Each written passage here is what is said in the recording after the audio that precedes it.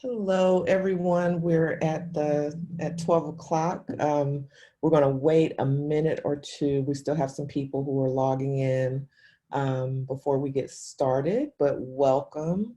I'm excited for us to talk to you today about careers in public administration. So just hold tight for a minute and we'll get started in another minute or two. Thanks.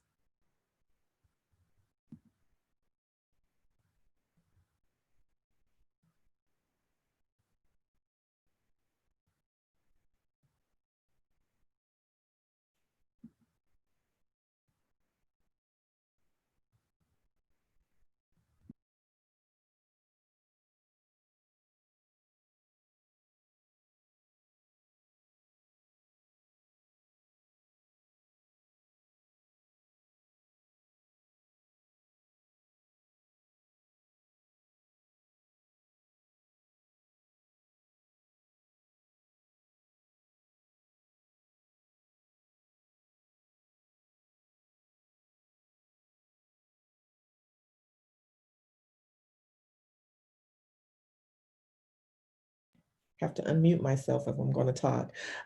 We're going to go ahead and get started. So I'd like to welcome you all to the Career Pathways Public Administration Careers in an Ever-Changing Sector panel.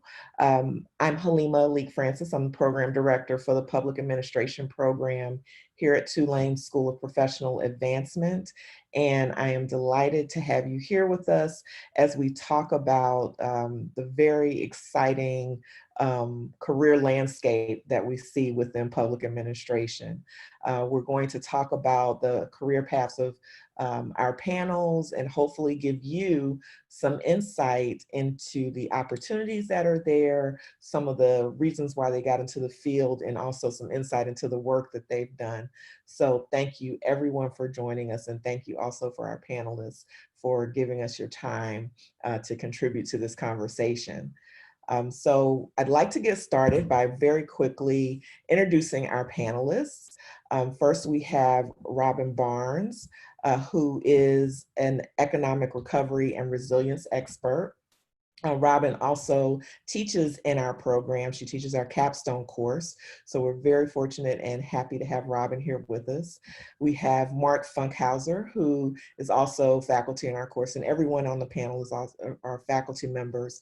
Mark is a former mayor of Kansas City, and he teaches our budgeting and financial management class. And I have to say, for that class, Mark makes budgeting and financial management really exciting and really fun.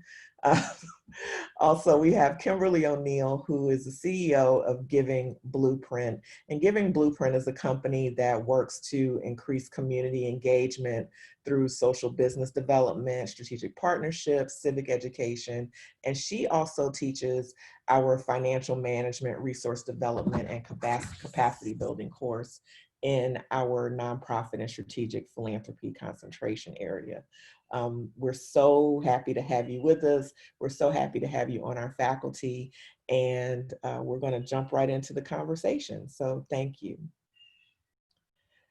So the way this will work is that I'll ask our panelists some questions, and they'll share their insights and thoughts. If you have any questions, those who are listening and joining us, please feel free to use the chat box to list your questions, and we'll try to get to them throughout the conversation. So pretty straightforward, and we'll jump right in. So as we get started, just really quickly to our panel, and we'll start with you, Mark. If you can tell us about yourself and a little bit about your professional background. So I started out as a social worker and worked in juvenile corrections and so forth, and stumbled really by accident into auditing and performance auditing, and found that I really liked it. I spent a career there. I saw that the financial crisis of 2007 and 8 was coming, and I took an early retirement, ran for mayor, got elected, served one term, was defeated for re-election, and was fortunate enough to wind up at Governing Magazine, where I was publisher. until it closed in August, and now I'm on my own. I've been fascinated with local government since I was about 17, so always some aspect of that. Thank you. Kimberly, tell us about your background. Yes. Hello, everyone. So I started out as an office assistant in government coming out of college. And within 10 years, I worked my way up to my dream job, which was to be a city manager. And so I've kind of run the gamut from just hands-on, trying to help on the backside with the operational end, and then running the city on a day-to-day basis. I've transitioned my career from municipal government around the country to working in the nonprofit sector primarily now, and taking my skill set from the municipal government side and bringing it to the nonprofit sector to help with capacity building and helping to build a stronger neighborhoods and stronger community through the social sector. Thank you, Kimberly. And Robin. Hi, everybody. So I live in New Orleans, but I'm originally from New York, and my career started right out of undergrad as administrative assistants, being people's office assistants, and I through a temp position got involved in fundraising just because I happened to be working in that area. Did that for many years, and then went back in my 30s to school and got my MPA from NYU Wagner School. And that really kind of got me into nonprofits in a different way, more on the management side, program development, policy. And I've been lucky enough to have a career that took me from New York to New Orleans. And so over, the last 30 years or so, I've worked on and led disaster and resilience programs, policy development, worked on economic and community development work, and environmental management. So my work has been based largely in New York City, New Orleans, Washington, DC. I now have a consulting and coaching practice, and I'm working on a number of projects around the country, but my most recent and fun engagement is I'm the interim executive director of the farmers market here in New Orleans. So I'm able to kind of bring my experience in management roles and organizations to now an organization that's going through a transition. Very happy to be here talking with you today. Thank you so much. And just as you guys shared your background and some of your kind of pathways in your career, I hear a lot of changes, shifts, navigation, moving. So did you all plan to end up in the work that you're doing? Is this something that you envisioned? And if not, I see all of you not shaking your head no. What were some of the surprises that you experienced throughout your career, Mark? Well, I, as an undergraduate, when I went to college, I had the idea that I would be an English major because I liked to read, and I didn't really know what you did with a college education besides teach. In my first semester, I got a midterm grade of F in my English class, and the advisor had put me in a political science class where I got a B. So I switched my major to political science right about the time that in the late 60s, early 70s, the civil rights, the Vietnam War, women's movement, and all that sort of stuff. And I became completely sort of caught up in politics and how it works and how people make decisions and so forth. And that's been the thread in my career. None of it was exactly what I planned. It's all been sort of accidental, but it's all been great. Thank you. And Kimberly, what about you?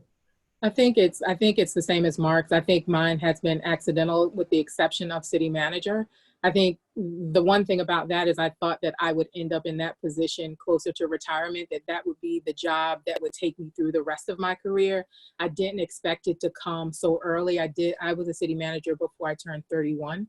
And so it was a lot. I was recruited. I didn't apply for it. And so it was just put in my lap, but I actually wanted to be a CIA agent. That was the original goal until I saw that application.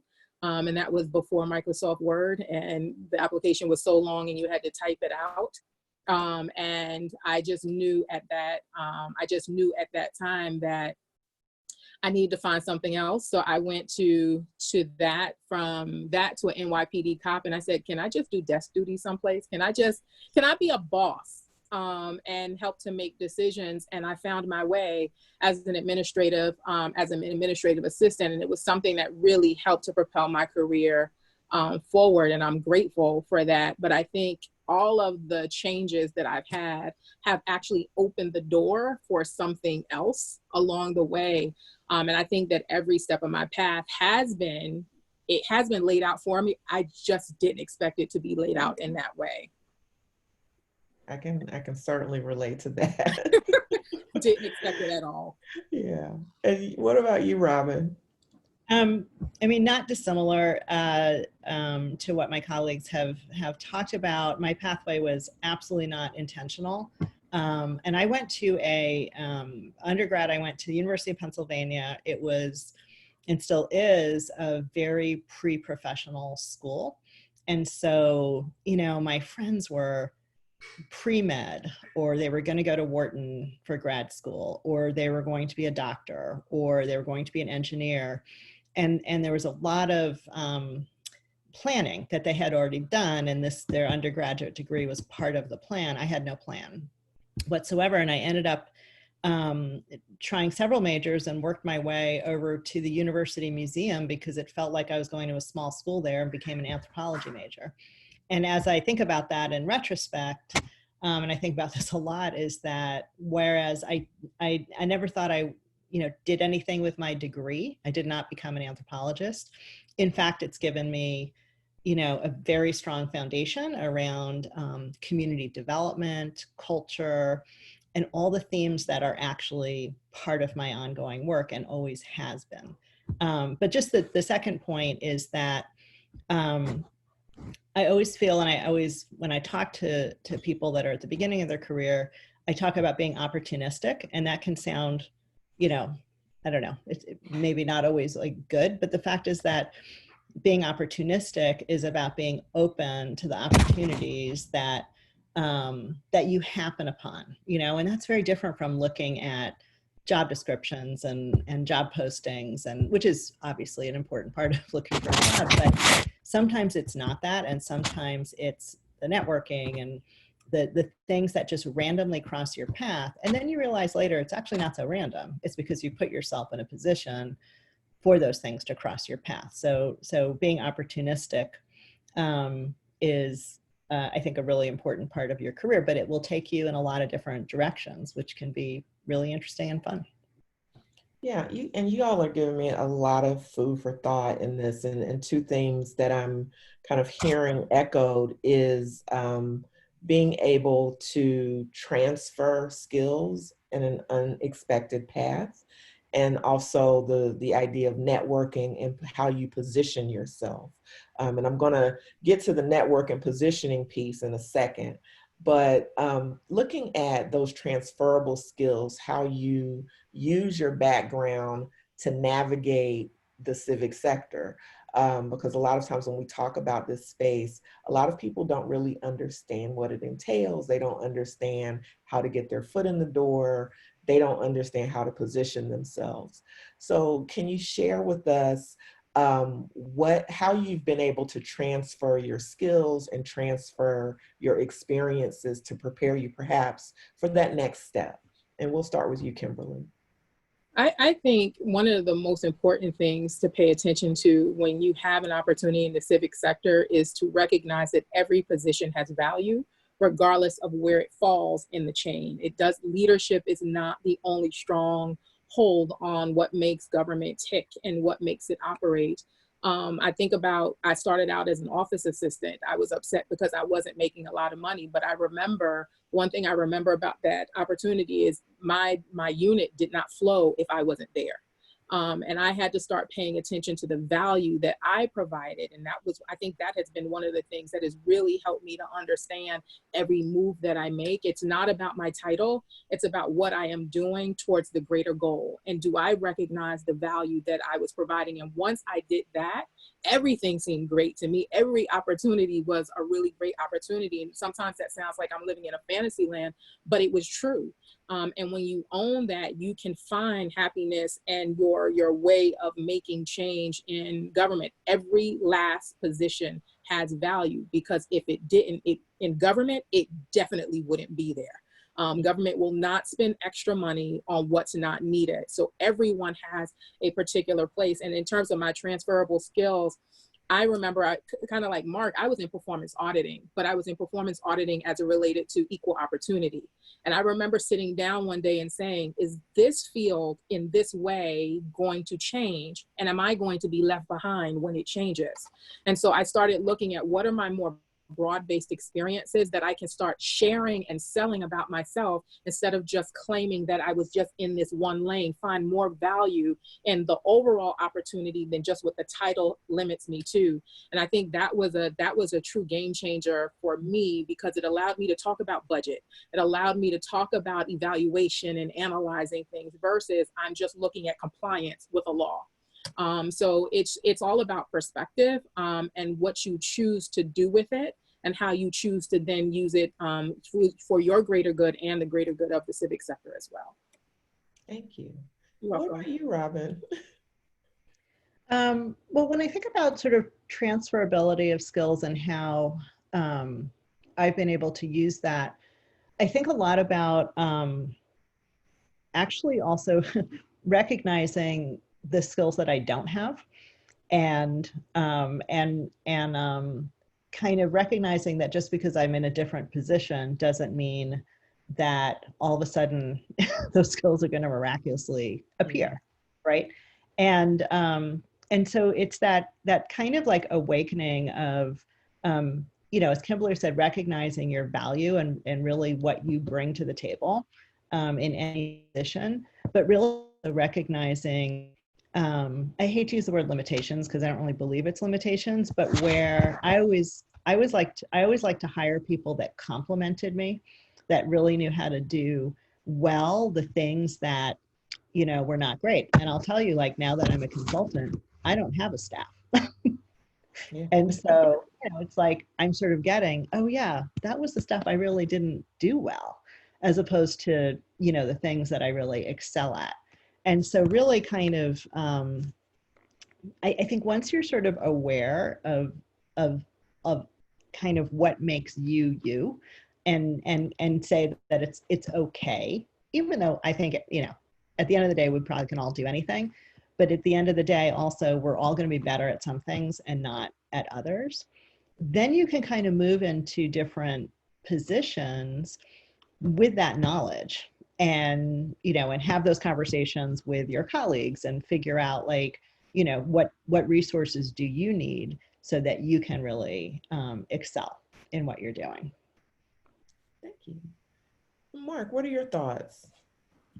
Well, playing off of what both Kimberly and Robin have said, when Kimberly was talking about what value she brings and focusing on that and building essentially herself around that value and her role, one of the things that I've always done and thought was, when I look at sort of first principles, what are the things that I really want to do? What do I value doing? I've always sort of built the job around that. If there was a way to, and so I pushed the limits of what a social worker was supposed to do, of what an auditor was supposed to do. I would literally have people tell me, that's not your job. You're not supposed to do that. And I would just, sure, yeah, I get to decide. And then really as mayor and so forth. And then the transferable skills, when Robin was talking about how she discovered that anthropology figuring out how people, cultural norms work, really actually worked for her in a lot of different roles. It's the same thing for me. When I got into auditing just because I needed a job, and it was what was available. I had no idea. I showed up, 300 CPAs in white shirts and ties. I was like, why am I here? But I realized the power that they had, and that the things that I was trying to do as a social worker, I could do with more leverage and more authority and more power, and on a broader scale as an auditor. And that sort of thing has worked for me throughout my career. It's like, how can I use the tool set that I have? And as Robin said, there are things I don't do well, lots of them. But what do I have, and how do I apply that to my first principles, the things that I'm trying to achieve in life? Thank you for that. And Mark, as you talk about thinking about your work as a social worker in connection to the budgeting conversation, it reminds me of what a lot of people say when they get into this work or into the civic sector work, whether it be nonprofit, corporate, government, whatever space. It's what leads is usually they want to make a difference. And they want to be able to have the ability to have an influence on issues that they care about. So to all of you, as you think about your careers, what has been kind of a defining moment where you feel like you made a definitive impact? Like, what's that one area or that thing that you look back on your career and reflect about that where you think you moved the needle? And if it hasn't happened yet, is there a place where you'd like to definitely move the needle? And second part of that question is what prepared you to have that impact? Was there something definitive that prepared you to have that impact? So how have you had an impact, and what prepared you to do so? We'll start with you, Mark. So I guess the most important thing that comes to mind is, of course, running for and winning the mayor's office, and then having the recession that I thought was going to happen actually happen. And I was able to leave Kansas City after my 4-year term in better shape financially than it was before the recession happened. And that was despite tremendous controversy and conflict. It was, in many ways, a terrible experience for me and my family personally. But what prepared me for that was, again, looking at the world through the lens of a social worker and first principles. It's like, why did you do this? Why, you got elected to change the financial situation. And from my point of view, as a finance person, a couple of things. One, I see finance connected to everything. And the second thing is, if the money doesn't go well, if finances are in bad shape, who gets hurt the worst? It's the vulnerable, it's the marginal, it's the poor. The well-off can take care of themselves. They don't really need local government that much. And so looking at those first principles, that's what sort of got me ready and allowed me to sort of stick to my guns throughout that process, was knowing that would make a difference for thousands and thousands of people who I never met and who would never know that what we had done. Absolutely. And Kimberly, what about you?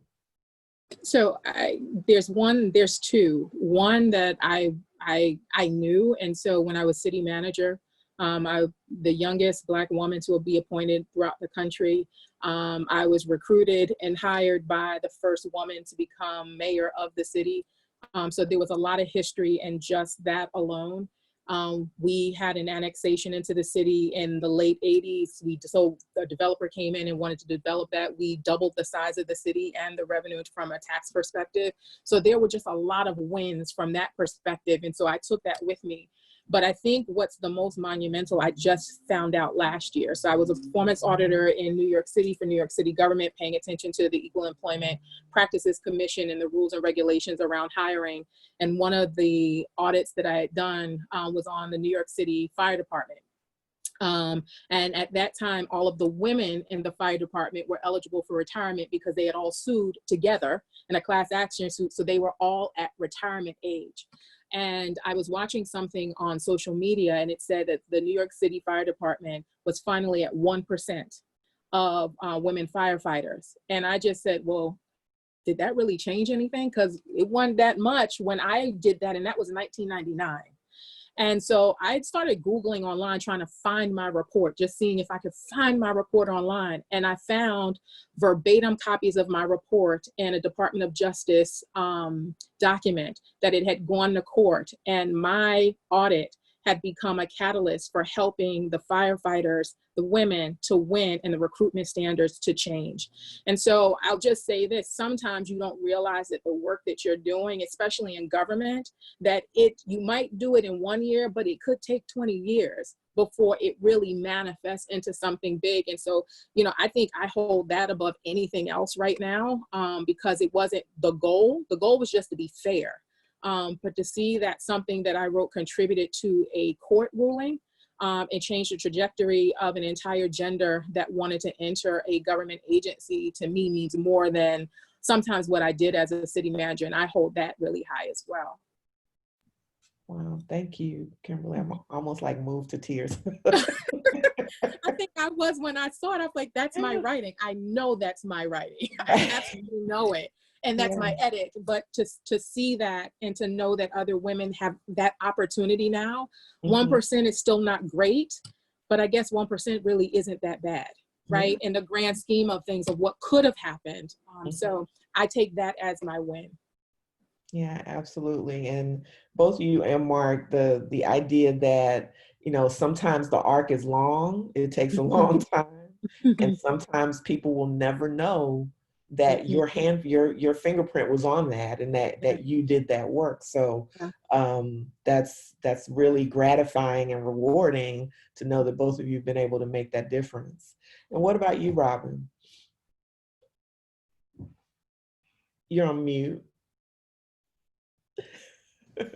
I just wanted to echo what Halima said, in that it is, I think when you work in this civic sector, you're oftentimes paving the way and laying the foundation for something that happens, you know, way beyond, you know, when you're working on it. And sometimes even in your lifetime.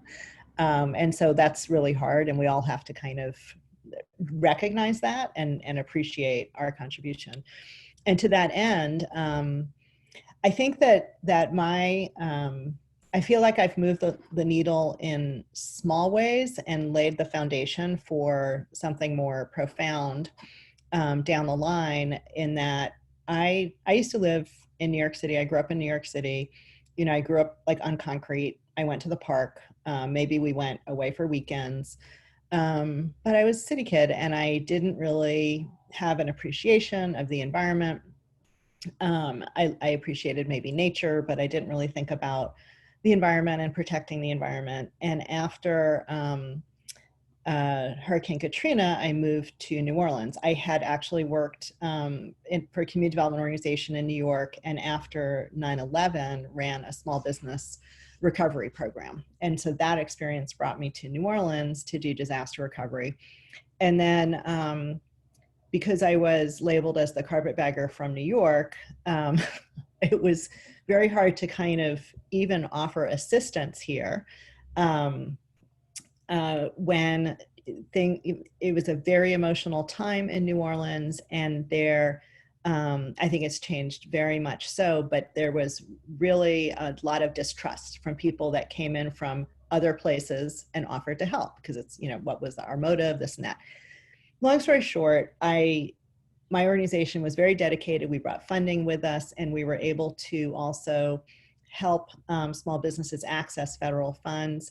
But we decided to kind of go outside of New Orleans to where there were some businesses that weren't being served by small business organizations here. And we kind of went to the coast, Plaquemines Parish and St. Bernard Parish, and started working with fishermen and really helped the fishermen access funding, which was very difficult for them to do. They don't have a lot of paperwork and structure in their businesses that enable them to access federal funding, as you can imagine, and help them rebuild their boats or buy new boats or get back out in the water. Anyway, that was, I'm proud of that work, but more importantly, the fishermen taught me about the environment.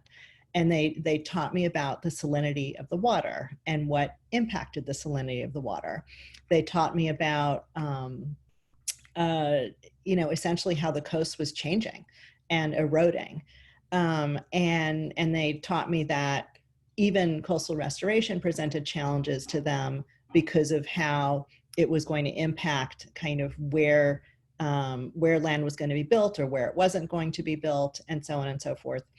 And I really developed an appreciation of how the economy, these businesses were impacted by the environment. And that sort of prompted me, it's a long story, I'm not going to go into now, happy to tell it another time. I ended up moving to a job in a very corporate economic development organization because I had a forward-thinking boss who appreciated it when I came to him and I said, I think this economic development organization should focus on the environment.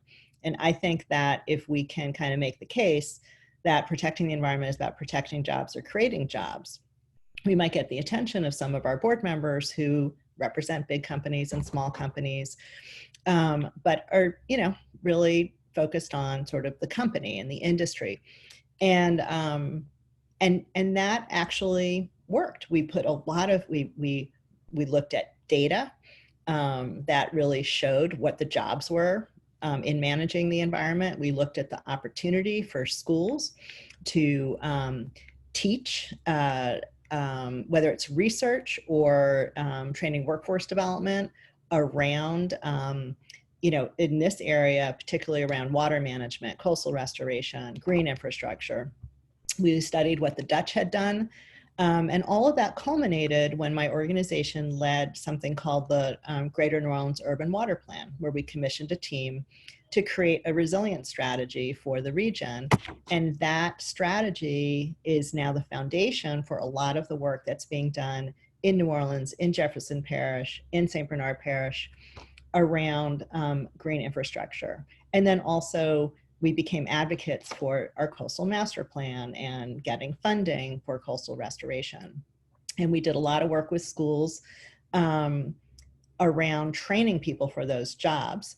And so I feel like that was when I moved the needle. The needle was moved in that the discussion started changing. We're yet to see all the outcomes, right? We don't know what our coast is going to look like. We're making investments now that 40 years from now are going to prove to work or not. And the same thing with green infrastructure. So I always say that, like, I don't even know if I'll be alive, by the time some of the outcomes happen. But I do believe that I moved the needle by helping change a focus and getting kind of the world of economic development in our region here to actually appreciate the environment. And I don't think that would have happened, at least not in the time frame, had I not really pushed that forward. Thank you for that. And, one of the things that I'm also hearing just in all of your answers is, if you're going to make a difference, if you're going to move the needle, ask the question, ask the why. And at some point you have to connect with whatever it is that you're trying to make a difference in, whatever change you're trying to facilitate. So it's really powerful to hear like how you all have made a difference in different ways and how you advance some of those conversations. So thank you so much for that. Now, another thing I've heard in all of your stories and all of your experiences is that you've done some moving around, right? You've moved geographically, you've moved in industry and field. And one thing that Robin, you shared in particular, as you talked about working with the fishermen, is listening to the communities that you move to as you're trying to advance a body of work, or as you're trying to make a difference and have an impact. Can you speak to the importance, or how, what you have found to be the best way to go about moving into another city, moving into another space, those transitions? How have you navigated and survived and thrived in making some of those key transitions throughout your careers? And we'll start with you, Robin. So this is, I'll go back to my anthropology major experience, where I learned, I gained an understanding of what it means to be an ethnographer. And ethnographers essentially study communities. They don't get involved in the communities, they observe and study and analyze and come to conclusions about things that are going on in communities. So that's a starting point, though, is really observing. And it's not just research. And I would say research is not my strong suit in terms of, doing all the, the reading about whatever the topic is, and studying the science and all the data and this and that. It's not that I don't do that. It's that I get so much out of listening, watching, talking with people. And really, so you have to have obviously a sense of the content and the research as a background, but it's not enough. That alone is not enough. So I would say in every kind of, whether it's a geographic move, and obviously move from New York to New Orleans is a big move from a cultural perspective, from a, just the topography, what everything looks like and all that kind of stuff. Although I have to say New York and New Orleans have a lot in common, I think. But I had to really pay close attention, and my missteps came from speaking too soon and not seeking guidance. So I got my wrist slapped a couple of times by, some sage leaders in the community who basically said, you need to shut up and listen. And I realized that I had to also establish partnerships and seek out, and the only way I ended up working with the fishermen was not because I, decided I'm going to go work with the Asian American fishermen in Plaquemines Parish, because I have no credibility there.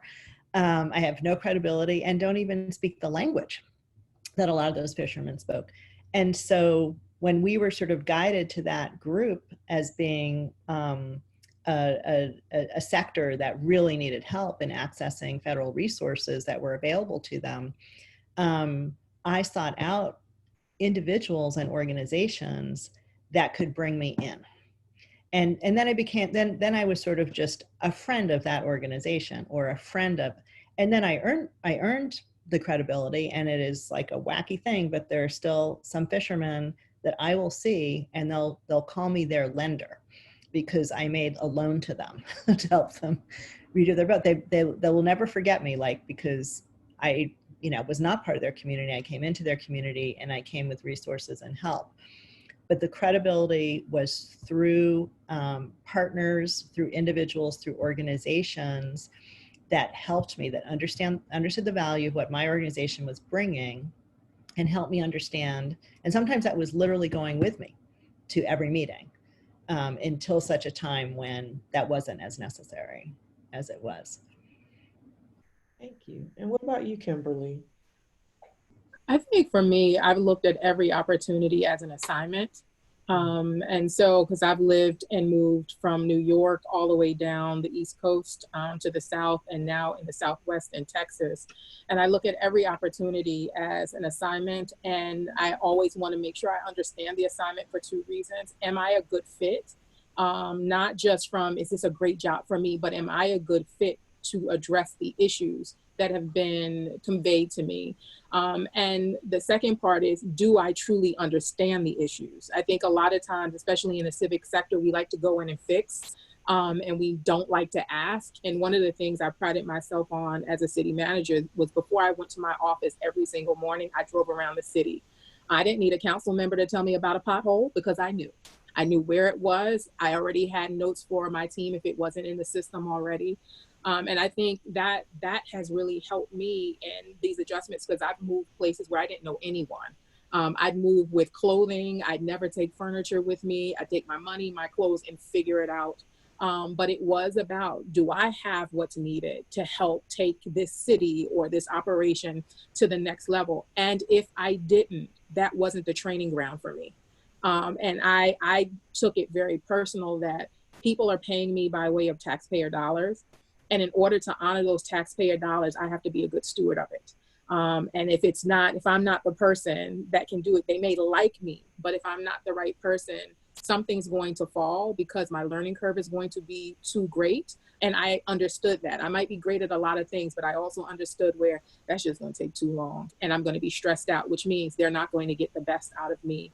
And so for me, it was about talking to community, letting them yell sometimes. I talk about that in my TEDx talk, that I had an older resident that yelled at me every single day, until I asked him, what do you want from me? He said, I just want you to listen.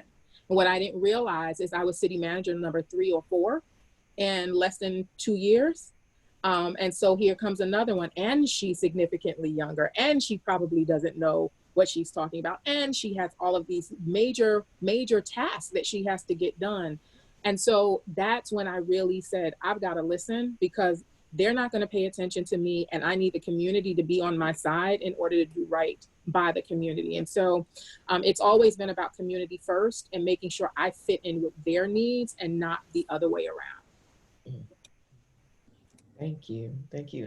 And what about you, Mark?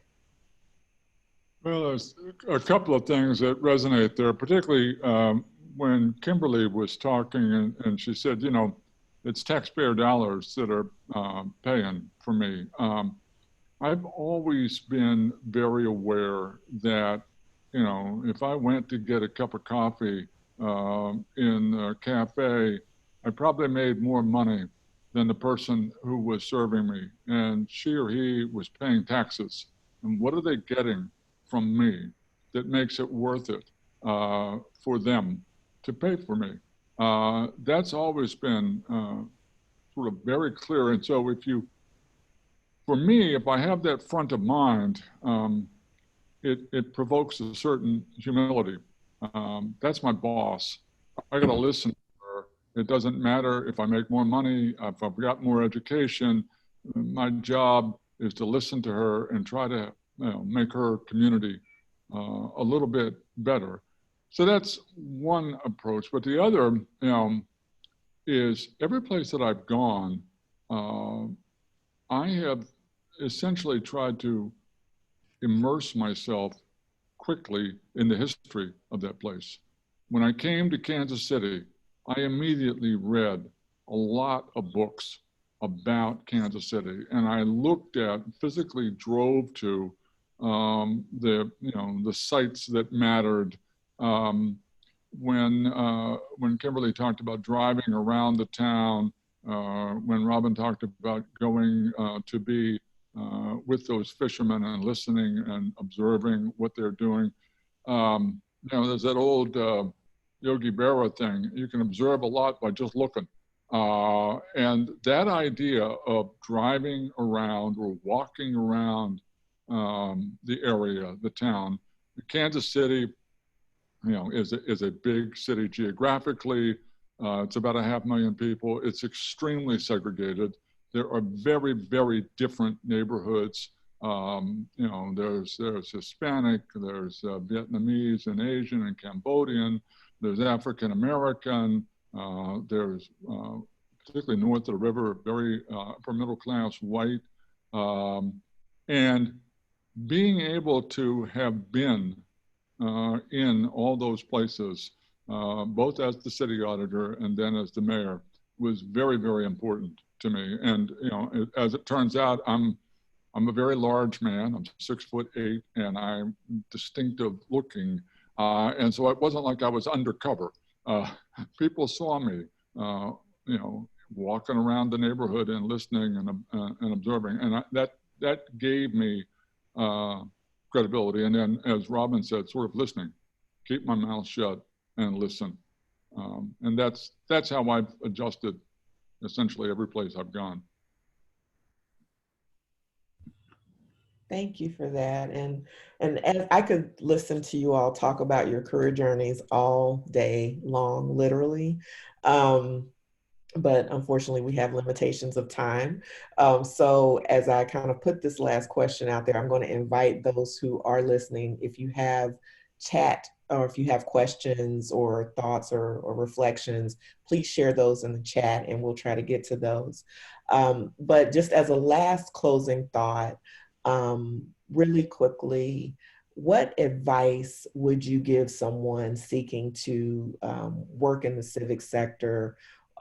Or you can share perhaps what one thing would have been helpful for you to know. What did you wish you knew then that you know now? So just in the spirit of advice, how would you guide people who aspire to work in this space? And we'll start with you, Robin. Okay, so I thought about this a lot, and I think that the one thing that I really did not know when I was younger and early on in my career, and it took me a long time to really truly understand it, and I'm learning more every single day, is the value and critical importance of having a diverse, equitable, and inclusive organization, having policies and programs that reflect diversity and equity and inclusion, and having your network should not look like you. Your network should be very diverse, and that is, you know, gender, race, age, backgrounds, everything, because you will do your jobs well if you understand kind of what everybody is thinking about, what different people's needs are, and I think I figured that out along the way, but I still haven't gotten it completely right, and I wish that I had had more instruction about that and more modeling and examples and as I was making my way through my career. Great advice and insight. Kimberly. I think give yourself grace. You're going to make mistakes. It's not going to be perfect. And those mistakes are lessons that if you take it and you really understand it, you can do something with it to help you get to the next level. Even if it's just reaching back and helping someone else not to make the same mistake. Again, I wish I had that in the very beginning of my career in New York City. It was my last position that I spoke about with the fire department. That was the first time that I had someone just try to help mold me. And when I told them I was leaving, our executive director was devastated. He said, I was training you for my position. And so, but I also knew I had a different trajectory outside of New York City. And so, but it took me a long time to forgive myself for making mistakes. And not forgiving myself and understanding the lessons that came with them. I think in some places and in some respects made things harder than they needed to be. And so no one has to give it to you. You just have to give it to yourself. And know that you are going to make mistakes and it is okay. And if it can't be fixed, somebody will let you know about it. But 9 times out of 10, unless you're just doing something intentionally wrong, everything can be fixed. Not that it's not going to cause a headache, but everything can be fixed. And to ask questions, give yourself grace, ask questions. And if you're in the civic sector, you are not alone, because there is someone that's accountable to the work that you are responsible for, whether or not they work for you, they may work with you, they may work above you, but someone is accountable, and to make sure that you're anchoring on that person as well. Thank you. And Mark, thoughts and advice? Well, you know, so I've mentioned I started as a social worker. I fell into auditing by accident, and I got an MBA in accounting and finance. And what I would tell people is, whatever it is that you think you want to do, focus on the money. Understand the budgeting and finances of the organization. I told people over and over when I was mayor, when I was city auditor, you can't take care of the people if you don't take care of the money. It really matters. And you can't understand the organization if you don't understand how it makes and spends its money. So whatever it is that you think you want to do, if you want to have an impact, you got to also know how the money works. Absolutely not. I see you over there, Kimberly. I do, because that first job I had as an office assistant, I remember the head assistant taught us. I remember I got 2 pencils, I got a red pen, I got 2 blue pens, and I got a black pen and 2 legal pads. And she gave it to me and said, you should put your name on the pens and pencils with a piece of tape. And I laughed. She said, I'm not joking. And what I learned from her was about the money. And where everyone was always so upset at her, at the end of the fiscal year, when we had need for new chairs and new desks and the things that we actually need, there was always money available, because she knew our budget better than anyone else, including leadership. And she taught me so many lessons that I have become the paper, the pen, and pencil person throughout government. And it's really helped me to understand the money. And those are the lessons that I actually transferred into the nonprofit sector. Any nonprofit that I work with builds a budget like they're building a city budget, except they don't have the tax base. And it has made us more financially responsible. So yes, I believe if you don't understand the money, that's your foundation. If you don't understand the first floor of your house, you cannot get to the second floor at all. Absolutely. And you all are teeing up for another panel discussion on fiscal responsibility, it sounds like. And, you know, even as I think about working in this sector and all the conversations that we're seeing today, and how we're going to facilitate change, your thoughts, your perspective, your careers certainly apply. Because it's really just taking what you've learned and what you've done and putting it into another context.